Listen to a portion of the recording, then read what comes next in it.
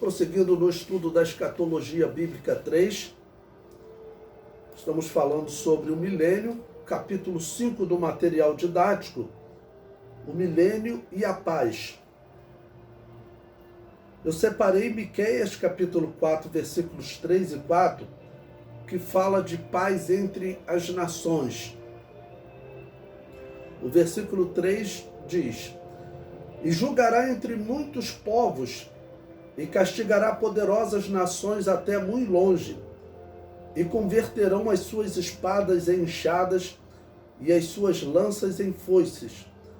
Uma nação não levantará espada contra outra nação, nem aprenderão mais a guerra, mas assentar-se-á cada um debaixo da sua videira e debaixo da sua figueira, e não haverá quem os espante, porque a boca de Yahvé dos exércitos o disse.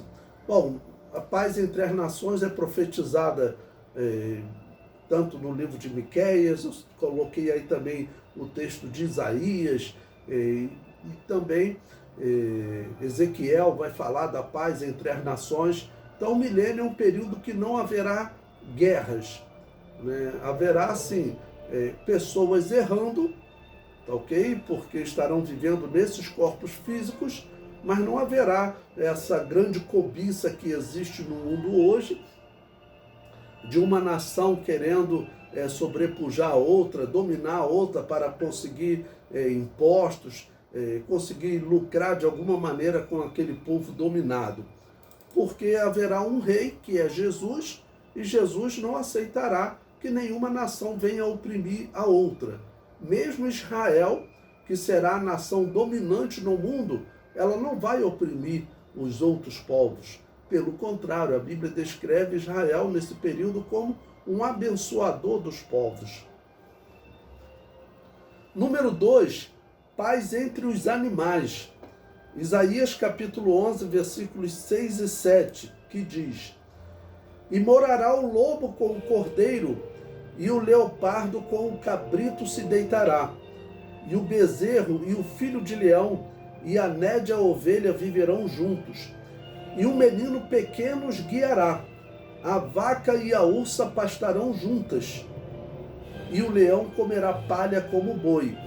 Bom, eu citei aí, falei para vocês lerem também Gênesis capítulo 1, versículo 29 e 30, para você poder comparar o período em que Deus criou os animais, como eles viviam, e o milênio.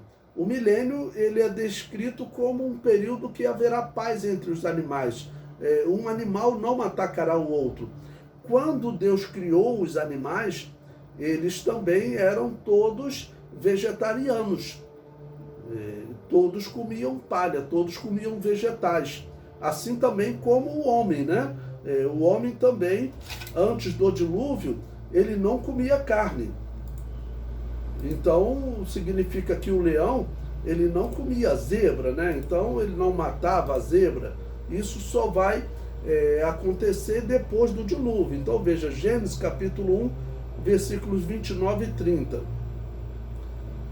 E disse Deus ao homem: Eis que vos tenho dado toda a erva que dá semente, e que está sobre a face de toda a terra, e toda árvore em que há fruto de árvore que dá semente, ser-vos-ão para mantimento. E a todo animal da terra, e a toda ave do céu, e a todo réptil da terra em que há alma vivente, toda erva verde lhes será para mantimento. E assim foi. Ou seja, diz a história que o homem que organizou a teoria do evolucionismo, Charles Darwin, ele chegou a dizer: eu não acredito que Deus criou os animais um para matar o outro. Bom, nesse ponto ele estava certo, porque a Bíblia diz realmente que Deus não criou o leão para matar a zebra, o gnu, qualquer outro animal. Antes do dilúvio, todos eram vegetarianos. O item 3, paz entre os homens e os animais. Então nós vimos paz entre as nações, vimos paz entre os animais e também entre os homens e os animais. Isaías capítulo 11, versículos 6 e 8. E morará o lobo com o cordeiro, e o leopardo com o cabrito se deitará. E o bezerro e o filho de leão e a né de ovelha viverão juntos. E um menino pequeno os guiará. E brincará a criança de peito sobre a toca da áspide. E o já desmamado meterá a mão na cova do basilisco. Ou seja, animais peçonhentos, eles também não atacarão durante o milênio. Então o milênio será um período de grande bênção, em que Deus vai trazer uma libertação a toda a criação, como disse o apóstolo Paulo em Romanos capítulo 8, versículos 19 a 22, ele diz que toda a criação está com dores de parto, gemendo, esperando a manifestação dos filhos de Deus, por causa da liberdade que os filhos de Deus trarão a toda a criação. Então, toda a criação será abençoada durante o milênio. E nós estamos vendo também os animais. Isaías 65, versículo 25 diz: o lobo e o cordeiro se apacentarão juntos, e o leão comerá palha como o boi, e o pó será a comida da serpente. Não farão mal nem dano algum em todo o meu santo monte, diz Yahvé. Em Isaías 35, 9, que é outro capítulo que fala do reino do Messias, ele diz: ali não haverá leão, nem animal feroz subirá ele, e nem se achará nele, mas os remidos andarão por ele, falando desse caminho que será o caminho durante o milênio, das pessoas subirem a Jerusalém para adorar o rei. E qual a razão da paz milenial? O número 4 responde: o rei será o príncipe da paz. Então, pelos tópicos anteriores, nós já vimos o significado de Jesus ser chamado de príncipe da paz, porque ele vai trazer paz entre Deus e os homens, porque os homens viverão, pelo menos num estado espiritual melhor, o pecado vai diminuir muito o seu curso, o número de convertidos será muito grande. Isaías diz que o conhecimento do Senhor encherá a terra. Então ele trará paz entre os homens e Deus.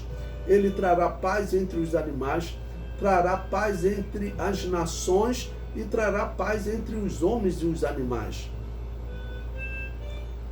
Isaías capítulo 9, versículo 6 diz: porque um menino nos nasceu, um filho se nos deu, e o principado está sobre os seus ombros.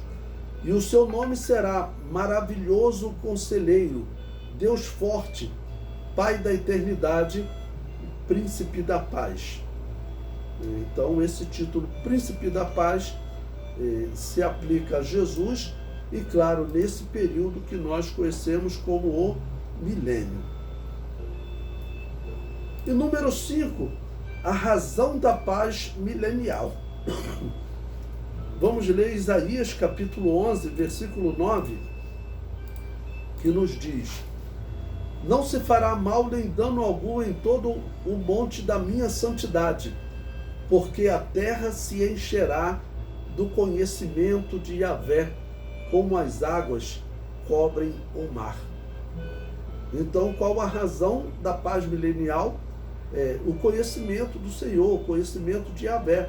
Porque quando todo mundo conhecer a Deus, conhecer a sua verdade, o mundo viverá uma paz. Sabemos que ainda não é uma paz perfeita, completa, porque, vamos dizer, os homens estão nesse mundo, às vezes podem falhar, né?